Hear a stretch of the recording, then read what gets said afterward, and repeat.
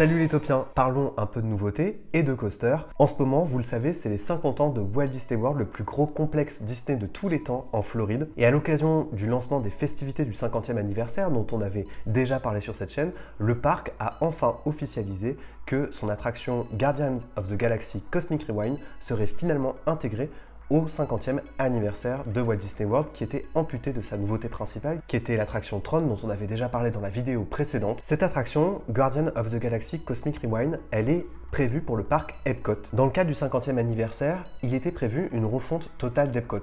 Aujourd'hui, cette refonte, elle est en cours, mais forcément, elle est en retard en raison de tout ce qui s'est passé suite à la crise du coronavirus. Donc tout n'a pas pu ouvrir à temps pour le 50e anniversaire. Et cette attraction, elle est le symptôme d'une sorte de nouvelle direction artistique pour ce parc qui, historiquement, était dédié à l'urbanisme, à l'agriculture, aux sciences spatiales.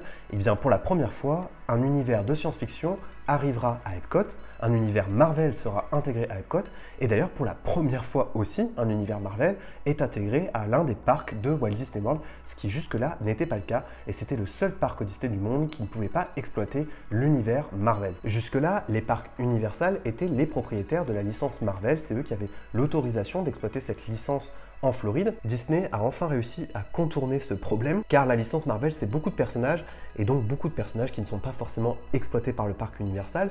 Et parmi ces personnages que Disney a popularisés un peu par eux-mêmes au cinéma, il y a bien sûr les Gardiens de la Galaxie, qui ne sont pas représentés dans le parc Island of Adventure ou le parc Universal, qui jusque-là exploite plutôt les univers de Hulk ou de Spider-Man. Et cette semaine donc, on a appris plein de nouvelles infos. On en sait plus également sur la storyline de cette attraction. Cosmic Rewind, ce sera un coaster, une montagne russe, qui sera fabriqué par le constructeur Vekoma et qui sera donc basé sur le film Les Gardiens de la Galaxie. Il me semble d'ailleurs que c'est plus axé sur le premier film que le deuxième, puisque ça traitera de l'univers de Xandar qu'on a surtout vu dans le premier opus. Cette attraction, elle va remplacer Universe of Energy. C'est une attraction qui a fermé en 2017. Je sais pas si vous vous rendez compte, mais cet endroit, il est en travaux depuis 5 ans. Quand j'ai visité le parc en 2018 Epcot, il était déjà en travaux. Il était déjà en travaux à ce moment-là. Le coaster était en pleine construction.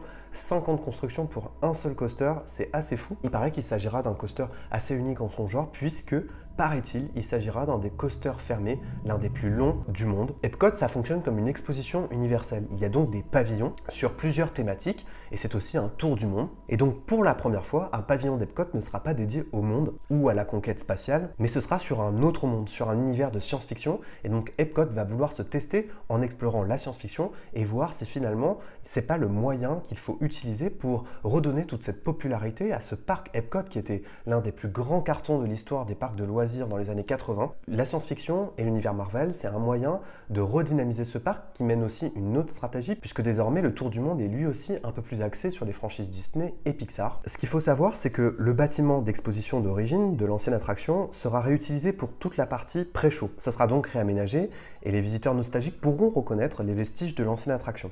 En revanche, la partie coaster, elle, est aménagée ailleurs. C'était assez impressionnant de voir d'ailleurs le décalage. Le bâtiment est extrêmement haut, il est visible de absolument tous les angles, notamment quand vous faites le tour du monde. Mais il sera malgré tout situé dans les coulisses. Mais c'est quand même un bâtiment qu'on voit de partout. Et il paraît donc que les Imagineers et Vekoma ont travaillé sur une toute nouvelle technique qui n'a jamais été utilisée jusque-là dans les coasters. Une technique qui s'appelle donc le Omni Coaster. C'est une référence au célèbre véhicule qui a été créé par les Imagineers il y a de ça des années. Ça veut dire que les véhicules vont tourner sur eux-mêmes. Et en plus de ce mouvement de rotation, il pourra aussi faire des mouvements en avant et en arrière, un peu comme c'est déjà le cas par exemple dans les trackless, ce qui permettra d'indiquer au visiteur dans quelle direction il doit regarder pendant le coaster. Maintenant, je vous propose qu'on se plonge dans la storyline de cette attraction qui est extrêmement intéressante et très bien trouvée. Les Gardiens de la Galaxie, c'est un hommage aux années 80. Il vient réveiller l'esprit complètement nostalgique de nos parents. Les Imagineers pensent que ce parc Epcot peut redevenir à la mode comme les années 80 sont redevenues à la mode. Et c'est donc cette piste qu'ont décidé d'explorer les Imagineers. C'est pour ça que le choix d'Epcot était vraiment très malin, puisqu'ils imaginent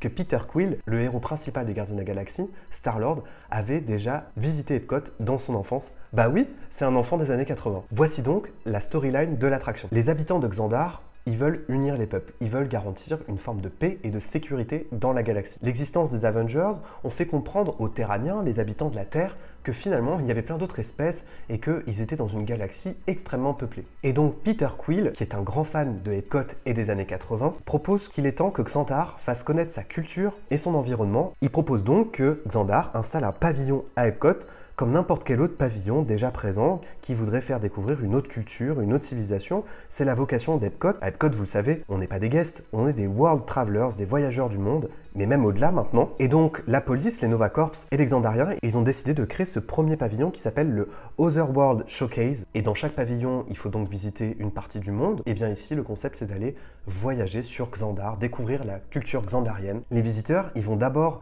entrer dans une pièce qui s'appelle le Galaxarium, et c'est d'ailleurs cette semaine des images de cet endroit qu'on a découvert pour la première fois. Jusque-là, on n'avait que des concept art à disposition, et c'est ici que les guests vont pouvoir comprendre comment fonctionne l'univers bien au-delà de notre propre système solaire. Ils apprennent aussi pour la première fois comment a été créé l'univers selon les Xandariens. Ils découvrent donc ce que c'est que le Big Bang, et juste après le Planétarium, ils pourront embarquer pour de vrai. Ils vont donc faire un hyperjump, un peu comme quand on passe à la vitesse lumière dans le dôme de Space Mountain. Cependant, vous l'avez compris, notre excursion, elle sera pas de tout repos parce qu'elle sera interrompue par les Gardiens de la Galaxie qui apparemment n'étaient pas forcément prévus au programme.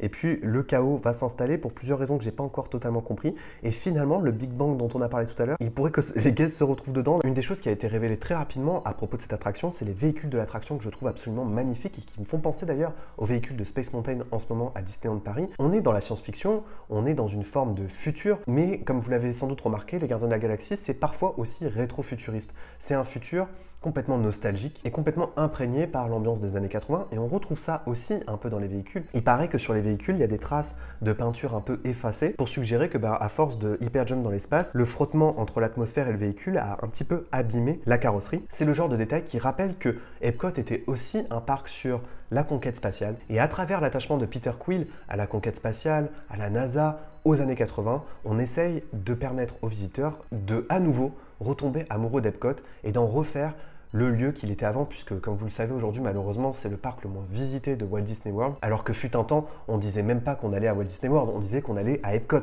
sans même passer par le Magic Kingdom. Donc derrière l'arrivée de cette attraction, il y a toute la relance d'Epcot qui se pose, il y a toute la possibilité d'explorer une nouvelle direction artistique, plus en lien avec la science-fiction plutôt que l'exploration spatiale, et donc j'ai très hâte de voir ce que cette attraction va donner. N'hésitez pas à me donner votre avis en commentaire. Est-ce que vous pensez que c'est une bonne idée d'explorer cette piste un peu nostalgique et d'intégrer l'univers Marvel dans Epcot? Merci d'avoir regardé cette vidéo les Taupiens. N'oubliez pas que vos rêves sont éternels. Bye!